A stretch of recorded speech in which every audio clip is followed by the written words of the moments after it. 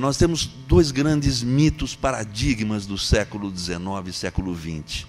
Um, de uma certa forma, na escala mais da microescala, de você pensar a pedagogia do espaço público e a pedagogia dos espaços da cidade, que é o zoneamento urbano do Baumeister, em 1872, na Alemanha, e que depois os modernistas incorporaram na Carta Funcional, na Carta de Atenas, que, de uma certa forma, incorporou a visão, a predominância do carro e as guerras urbanas feitas pelo carro no século XX, a partir de uma intervenção muito perversa, que eu considero na história, do Le Corbusier, em 1928, quando ele declarou a cisão entre a arquitetura e o urbanismo, entre os arquitetos expressionistas do século XIX e os modernistas, a partir dos Ciãs de 1929, que ele dedicou morte à rua. Esse foi o paradigma que introduziu a guerra urbana do carro na rua. Ou seja, isso que o nosso professor Fábio disse de uma maneira muito interessante para o nosso debate. De uma certa forma, a gente carrega esse mito na história. Nós temos, de uma certa forma, superar esse mito no século XXI. Talvez a gente dizer a frase, não entre os arquitetos, ou um novo Cian entre os arquitetos, mas para toda a sociedade brasileira, morte aos carros. Não mais morte à rua. Né? Esse é o grande paradigma. Nós vivemos esse paradigma ainda da cidade moderna. O próprio Fábio demonstrou na luta do prefeito Haddad e a equipe toda de competência como o Fábio trabalhando, da dificuldade de vencer essa luta, que é uma luta histórica, é uma luta secular. Por outro lado, nós temos o segundo paradigma, Zucchetti, que é o zoneamento urbano. Também de 150 anos de história do urbanismo, para a gente regular o que você chamou de riscos mais imediatos. Nós sabemos dos riscos que a Terra tem, mas os riscos mais imediatos nós podemos intervir com ética e conhecimento. E esse risco mais imediato está na Carta Zoneamento Urbano, outro paradigma do século XIX e XX. E nós temos, a partir da Constituição Brasileira de 1988, e a partir do Estatuto da Cidade, o artigo 4, introduzir o zoneamento ambiental, completamente desconhecido pelo poder público municipal e pela sociedade brasileira. Nós temos um grande conflito a resolver no século XXI, entre o zoneamento urbano e o zoneamento ambiental urbano, e eu incluiria esse zoneamento ambiental urbano socioambiental também, porque é impossível separar os problemas socioambientais, como diz Hermínia Maricato. A população está indo nos morros, está indo nas unidades de conservação, porque a terra é barata. Então, é outro problema de dimensão pública a ser resolvido. Não é só a rua, é também os espaços ambientais que são procurados pela população. Então, são os dois grandes paradigmas do século XIX e XX que nós vivemos no século XXI. E tem muito a ver com a mesa que eu pediria que eles pudessem estar respondendo como é que vence essa guerra.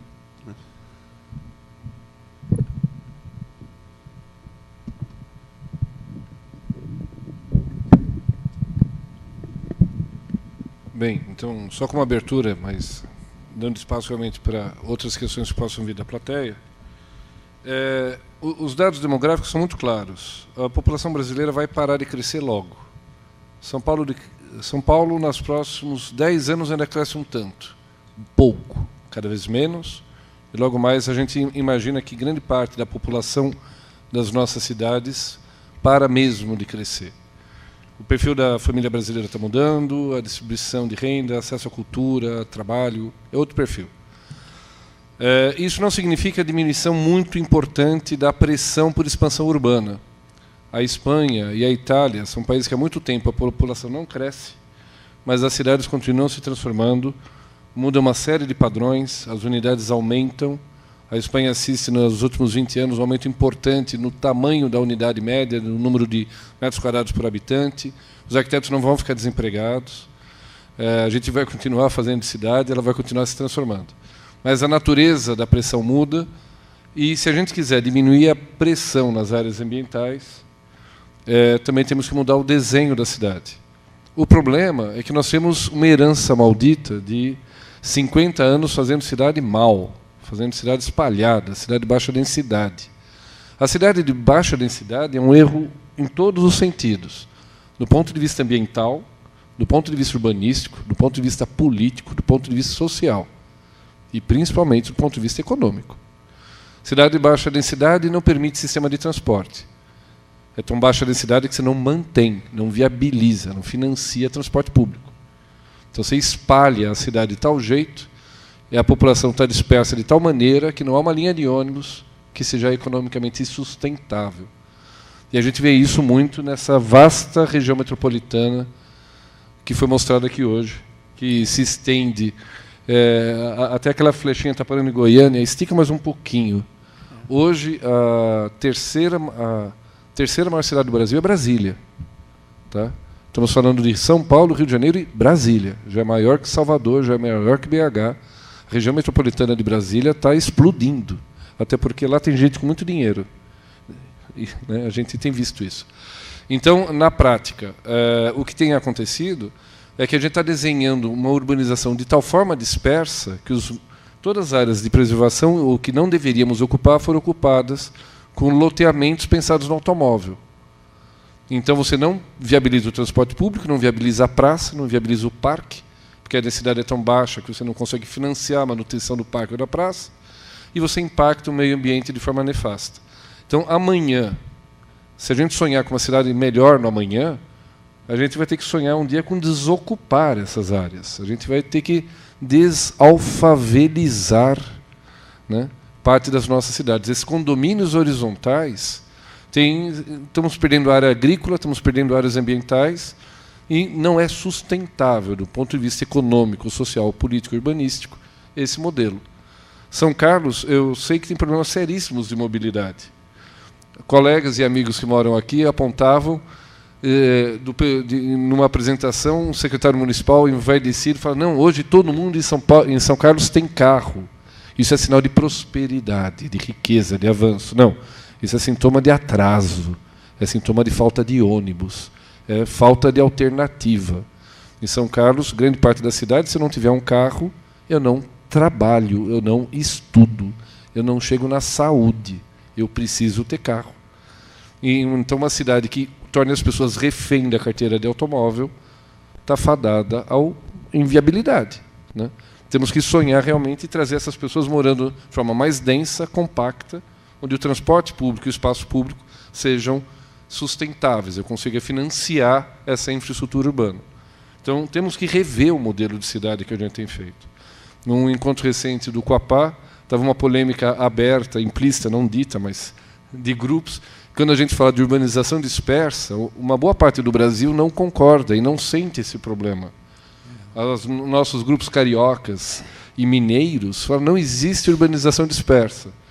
Aí você vem para Campinas e fala: ela está aqui, aqui ela existe. Todo esse espraiamento desse interior paulista é terrivelmente disperso. Né? E esse modelo é o pior. E gera uma cidade que é viável, né? Esse modelo viabiliza a manutenção da desigualdade. Nesse modelo, eu crio o bairro do rico, o bairro do pobre, tudo separado. Na vinha com o professor Fernando e apontando claramente na nossa conversa agradável na viagem, de como para cada bairro rico eu tenho que criar um bairro pobre do lado, para eu ter a minha empregada, ter o meu jardineiro, ter o segurança e o porteiro do meu condomínio.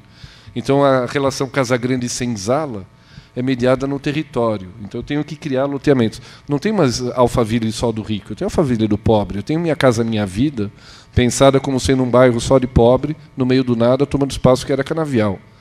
Então, essa dispersão da desigualdade pressupõe que eu crio ilhas de igualdade. Né? Então, eu crio um pedaço para cada um. Nem que, às vezes, tem que estar próximo o suficiente para pegar o carro aqui e chegar lá para trabalhar. Então, temos que repensar o nosso modelo de cidade sobre o impacto ambiental que foi apontado, sobre o prejuízo urbanístico e social e até humano que a gente tem gerado desse modelo. Então, realmente, a Carta de Atenas deve ser vista como um documento tão nefasto e histórico quanto inútil. Quem ainda acha que Le Corbusier vale a pena estudar, tem que estudar como a gente estuda. A Lei Áurea, o Holocausto Judaico e todos os absurdos da nossa história. Tá? Brasília é um erro. Né, como cidade, como ideia de cidade. Lindo, elegante. O mais bonito erro cometido em nome do Le Corbusier. Eu acho Brasília infinitamente mais bonita e elegante do que Chandigarh ou qualquer cidade dos subúrbios franceses, que eles fizeram várias cidades modernistas por lá. Brasília é linda. Mas, ok, era uma ideia de uma sociedade que tinha no carro um ícone e não sabia nem dos benefícios e dos prejuízos que o carro ia trazer. Agora, 100 anos depois, a gente aprendeu que não é por ali e temos que rever os nossos modelos. Bom, eu acho que nós estamos numa fase, entrando nesse século, que nós temos que desconstruir e reconstruir uma série de conceitos e de relações que a sociedade vem, e nós, como membro dessa sociedade, a gente vem trabalhar. Então, acho que o principal aspecto que nós temos que pensar é em fazer essa combinação do urbano existente com o urbano que vem sendo ocupado dispersamente, né, entre as cidades, é que isso não pode ocorrer. Isso não pode ocorrer por quê? Porque chegará uma hora onde todos os segmentos da sociedade, por exemplo, não terão água. Ou o custo será tão caro para se obter essa água que nós não vamos conseguir pagá-lo. E, portanto, nós vamos regredir a uma condição de uma qualidade de água, né, de 100 anos atrás, 200 anos atrás, né, porque nós vamos ter que beber qualquer água. Mas também isso vale para espaço, porque nós temos que ter alimento. Se toda essa área for ocupada, né, com a parte urbana, da onde sairá o alimento? Da onde sairá uma série de outros aspectos que fazem com que nós tenhamos uma qualidade de vida. Então, acho que nós temos que repensar exatamente, né, essa ocupação por ocupar uma nova área. Nós temos aqui já diversos exemplos, né, que nós estamos colocando. As pessoas, às vezes, ocupam por informalidade uma área ou outra, e essa área tem uma característica, por exemplo, de erosão, de escorregamentos, de inundação, né? Mas eu lembro muito bem que eu cheguei a primeira vez em São Carlos no idos de 78. São Carlos tinha uma população de 70 mil habitantes, ela cresceu, mas se a gente pensar um pouco, né, os 200 mil habitantes da cidade de São Carlos poderiam estar muito bem, né? Nós não precisaríamos ter nenhum bairro além da Washington Luiz, externos à Washington Luiz. Nós temos espaços internos que eles poderiam estar ocupados e, portanto, nós teríamos uma área enorme, né, produtiva de uma maneira que seria produtiva para a sociedade. Então, nós precisamos passar a ocupar, né, de maneira que nós tenhamos conhecimento e como ocupar isso melhor e como é que nós vamos fazer isso de maneira que nós afetamos o mínimo possível, né, o comportamento natural daquela área. Nós não podemos desertificar uma área antes de chegar à época dela, porque vai mudar a inclinação do eixo da Terra. O que nós estamos fazendo é só acelerar um fim em que está muito, muito, muito distante. Então, acho que o conhecimento, a ética, pensarmos na sociedade, pensarmos em nós, né, como pontos dessa sociedade, demanda que nós tenhamos conhecimento de como funciona esse meio ambiente ao redor da gente. Então, acho que esse é um ponto que faz parte de todo esse conhecimento, por exemplo, de um curso de engenharia civil, um curso de arquitetura, um curso de geociência, né, uma pós-graduação em engenharia urbana, em gestão ambiental, né, em outras áreas. Então, eu acho que isso nós temos uma grande responsabilidade, porque nós somos parte responsável por essa mudança.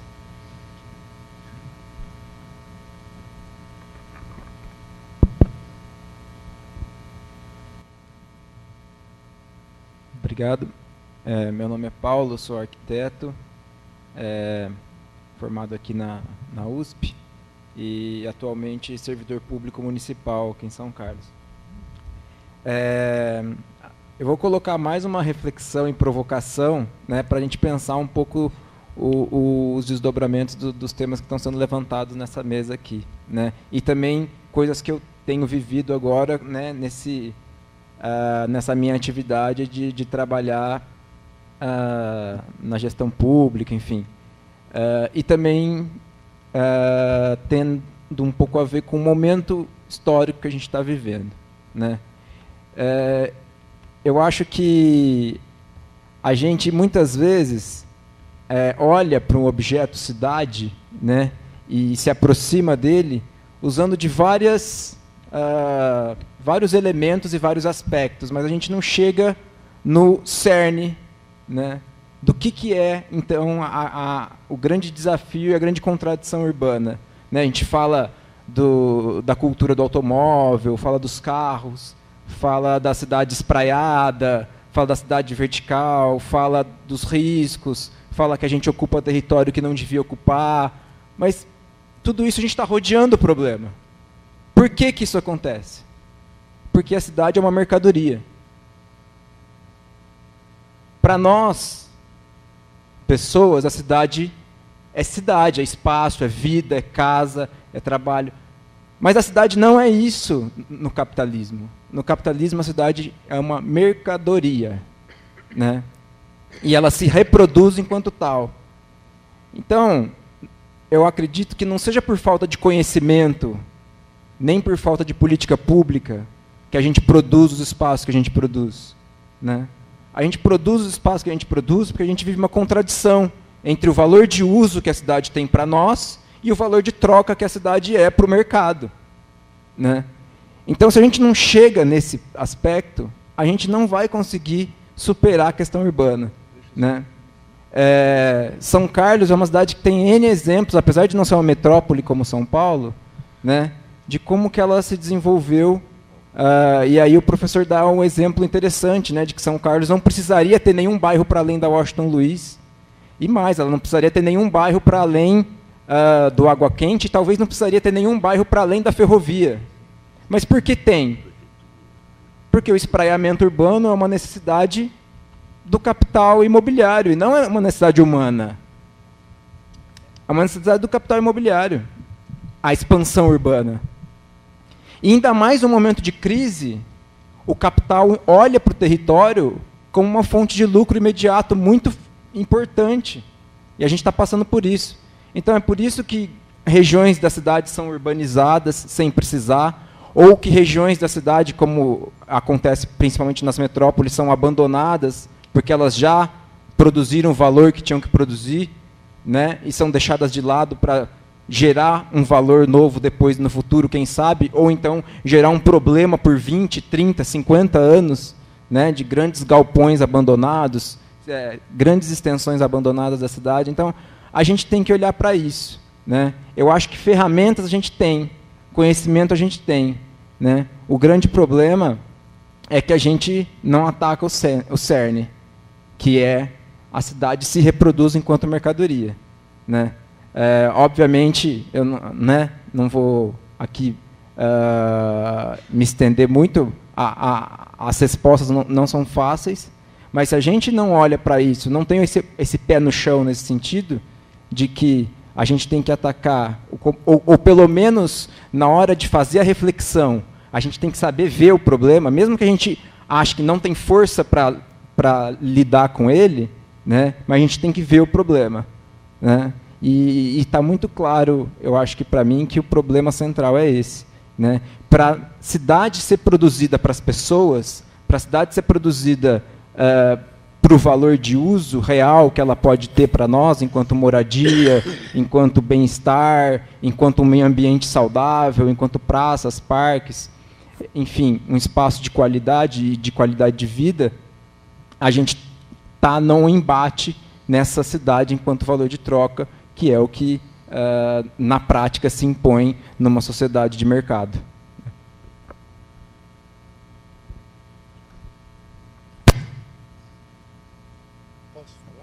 Duas questões, duas. A gente Poderia responde ser o pacote. breve, não que não tenha sido importante a colocação anterior, mas ser breve para dar espaço para as outras pessoas. Olá, boa tarde a todos. Eu queria complementar a pergunta dele. Na verdade, eu achei que foi uma reflexão muito pertinente. Eu sou Michel, da Unesp de Sorocaba, sou doutorando lá da Unesp e trabalhei em prefeituras também, fui secretário de Meio Ambiente da cidade de Piedade. E lá a gente conseguiu fortalecer muitos espaços de debate das políticas urbanas, seja pelo Conselho de Meio Ambiente, seja pelo Conselho de Política Urbana da cidade. E a gente viu que, por meio, por exemplo, dessa ferramenta de audiências públicas, de debates com a sociedade, a gente conseguiu algum tipo de melhoria. Mas isso, com trocas de governo, por exemplo, já mudou tudo, muitas especulações que eram feitas na cidade. Passou 4 anos, parece que eles esperaram um governo participativo, democrático, passar para já recuperarem esse espaço de expansão da cidade, de especulação, etc. Então, acho que complementando mesmo a pergunta do amigo, como que vocês veem, né, o senhor mesmo participou, né, de governos também, devem muitos, né, ter participado, direto ou indiretamente. Como que a gente consegue fortalecer esses espaços, né, para que a gente não fique deteriorando cada vez mais as cidades por conta de especulação aí, né? É isso, uma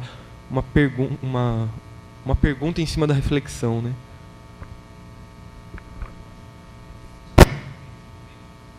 Mais uma.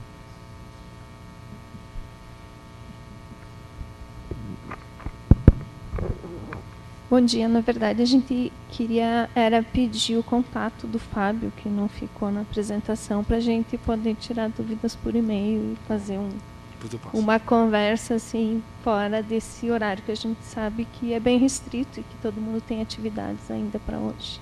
Obrigada. Tem mais uma ali, já que não foi a pergunta aqui. Bom dia, eu sou Gisele do UFRJ, da Escola Politécnica de Engenharia Urbana. Eu vou ser bem breve também. A questão que eu vou colocar é porque o discurso da densificação urbana, e bastante pertinente, e que eu acredito que seja realmente um viés para a sociedade, para a sustentabilidade urbana, quando discutido na Europa, se fala em 1.000 a 1.500 habitantes por quilômetro quadrado. Quando se discute no Brasil, já é aceito pela mercadoria da cidade 3.000, 3.500 habitantes por quilômetro quadrado.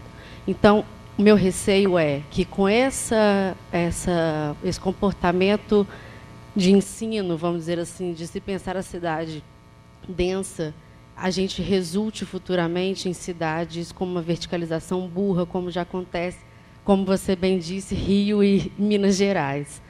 Por exemplo, há pouco tempo, no Rio de Janeiro, permitiu-se uma lei onde a área do porto tivesse edificações de 50 pavimentos. Uma densificação extremamente extremada para a região e pouco mista, né, que é outro problema urbano também. Então, até que ponto que essa densificação não pode ser usada pela área imobiliária e mercadológica para criar cidades ainda piores do que a gente já tem, principalmente nas áreas mais urbanizadas mesmo, e bastante densificadas, como são algumas cidades brasileiras. Bem, legal. As 3 perguntas estão muito relacionadas, tá? Mas eu vou só aceitar a provocação do Paulo e dizer que eu discordo dele, tá? E dizer que o Michel respondeu para você. No meio acadêmico, a gente tem uma dificuldade enorme de lidar com o mercado.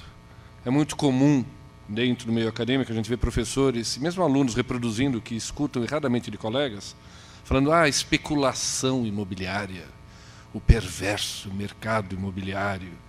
Já teve aluno que depois de eu apresentar a proposta da disciplina, chegava na sala de aula, o aluno me aguardava à porta do ateliê, falando: professor, enquanto não superarmos o sistema capitalista, é impossível discutir a cidade. Então me recuso a fazer o trabalho. Eu falei, fudeu, né? Você vai sentar aí na beira e esperar a revolução para passar na minha disciplina, porque senão não vai dar. A nossa sociedade é difícil. Tudo no Brasil é infinitamente mais trabalhoso e difícil. Mas se a gente lembrar, já foi mais difícil na Europa também.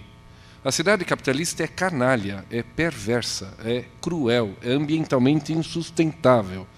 E só o avanço da sociedade como um todo pode mudar esse quadro.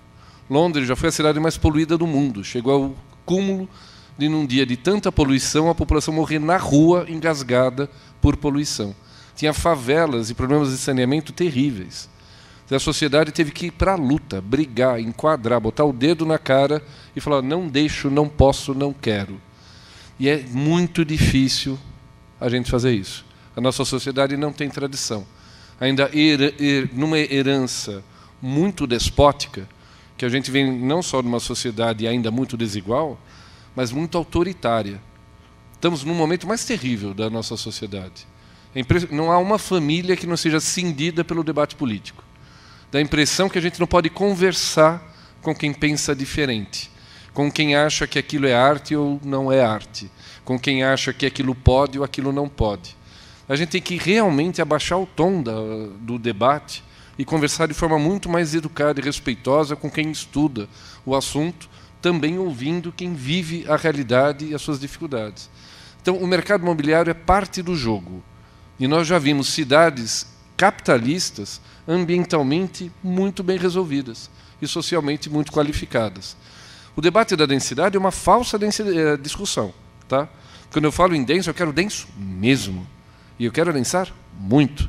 E acho mesmo que não é o prédio de 50 andares que é o caminho. Mas eu consigo adensar ainda mais, muito mais, com gabaritos de 15, 20 andares. Copacabana e Ipanema já foram muito densos. E Higienópolis já foi um bairro denso. Por ter sido o primeiro verticalizado de São Paulo, ele, em determinado momento, chegou a ter 1.000 habitantes. Hoje, a densidade dele é muito menor. E você passa por Higienópolis e não percebe a diferença, porque o volume edificado é idêntico. Até maior hoje. Mas o que mudou é o tamanho das famílias. Então, em apartamentos de 200, 300 metros quadrados, habitados por grandes e numerosas famílias, hoje tem 2 velhinhos com cuidador, esperando que os netos venham visitá-lo no domingo.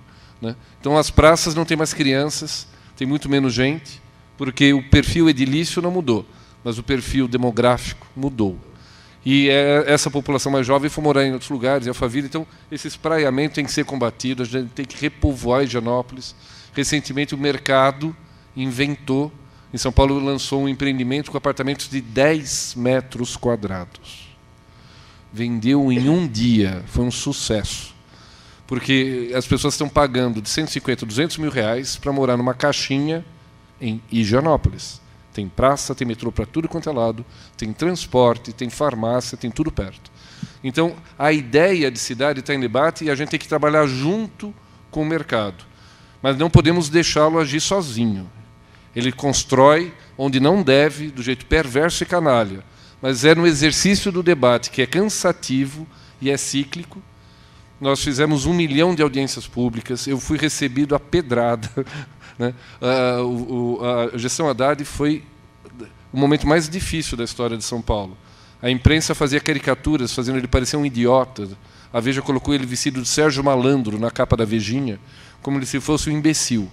E eu digo para vocês, agora falando como técnico que estuda urbanismo há muito tempo, que o cara é bom pra caramba. Sabe, do meu assunto ele fala e escreve tão bem que parece que ele estuda urbanismo há 40 anos.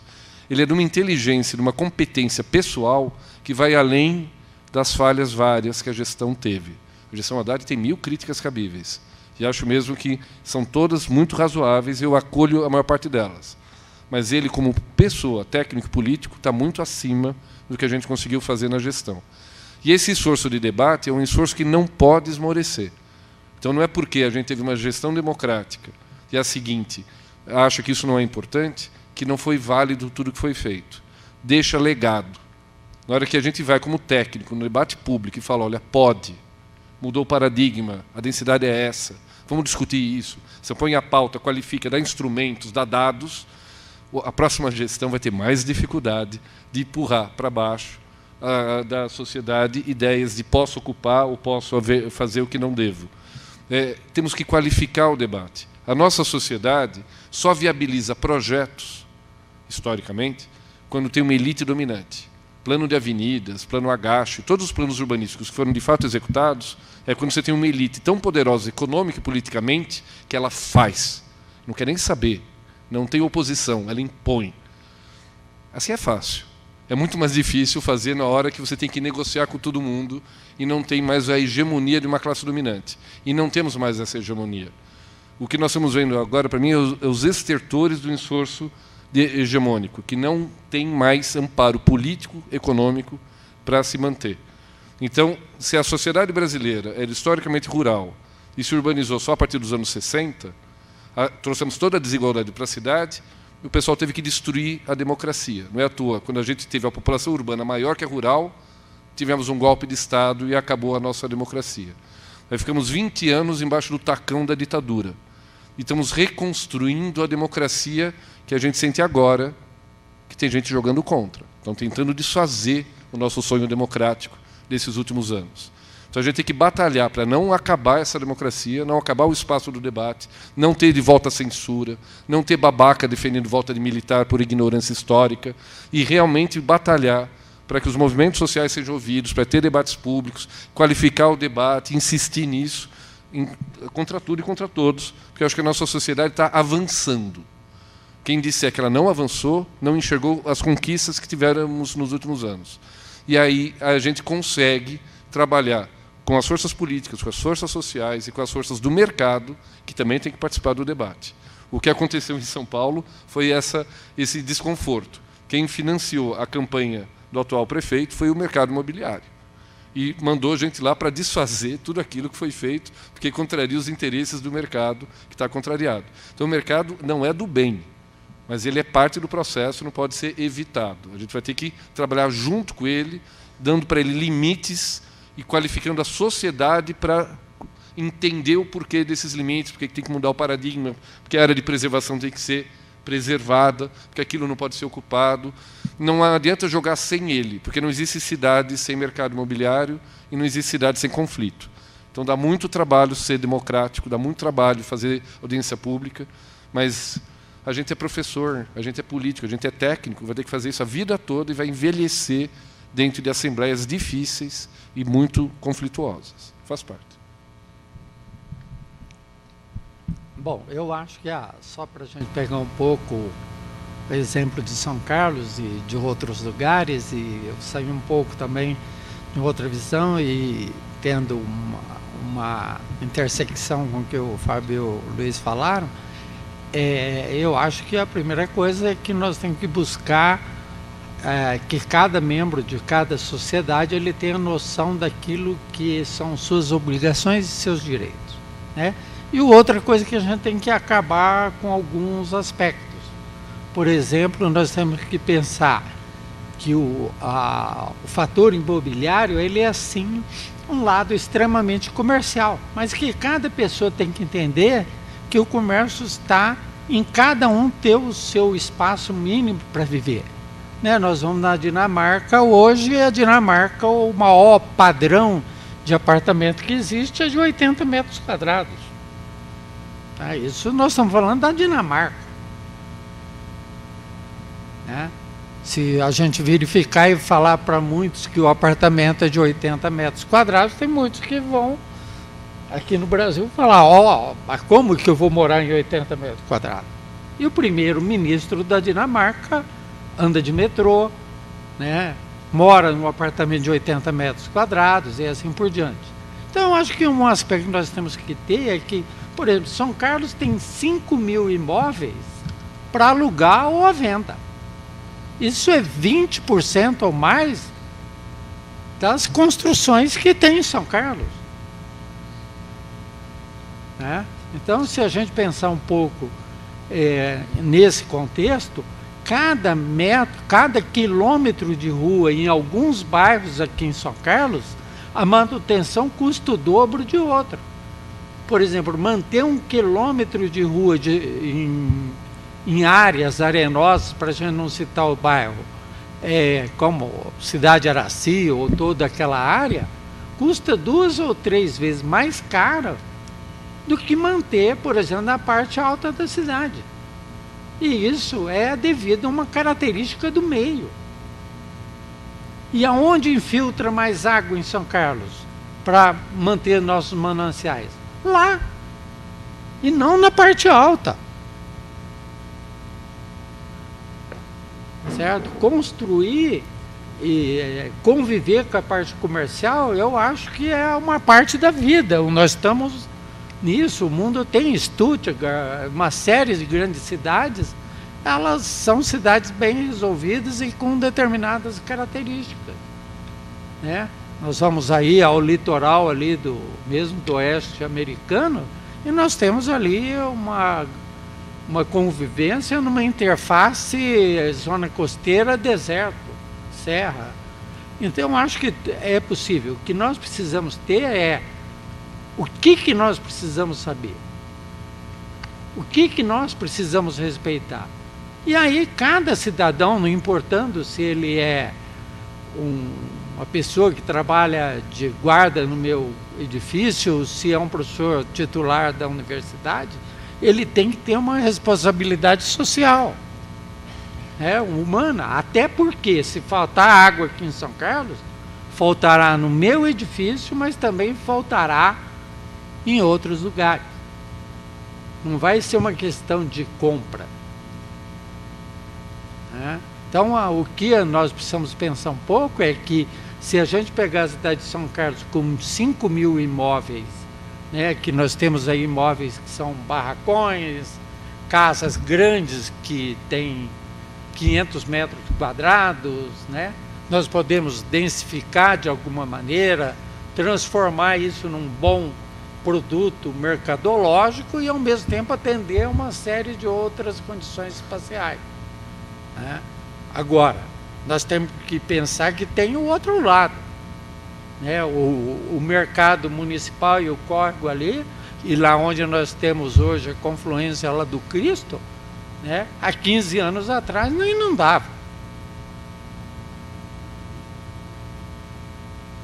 Hoje nós temos inundação ocorrendo do Cristo até praticamente a educativa.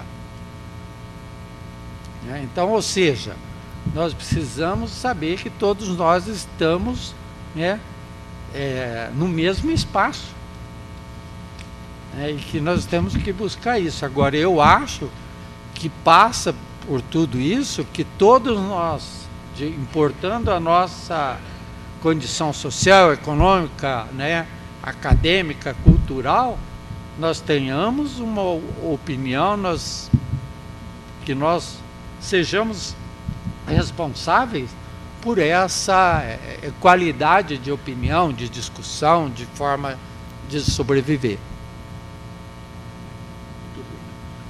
Olha, já esgotou, são 12h30. Está dentro do teto do nosso evento. Já de 1h30 que começou atrasado. Mas se tiver alguma questão, pelo menos uma que alguém ficou de fora, gostaria de fazer, acho que daria. Tem alguém? Acho que não. Então tá. Ricardo? Não. Acho que podemos encerrar. Bom, agradecemos à organização imensamente a vinda, a presença, hoje aqui do Fábio Magalhães, e do Zucchetti. Acho que foi muito importante o tema, o desenvolvimento do tema, e mais, temos grandes desafios aí para que a gente possa vencer essa guerra secular da luta do espaço por cidades mais justas, mais democráticas, em que o homem possa ter uma relação entre cidade e natureza. Isso é muito importante, acho que a gente tem esse desafio, acho que a sociedade está avançando, esse evento avançou, e eu acho que isso é uma grande contribuição que a gente possa ter aí para os nossos problemas e os nossos conflitos a serem resolvidos. Então, agradecemos mais uma vez, tá?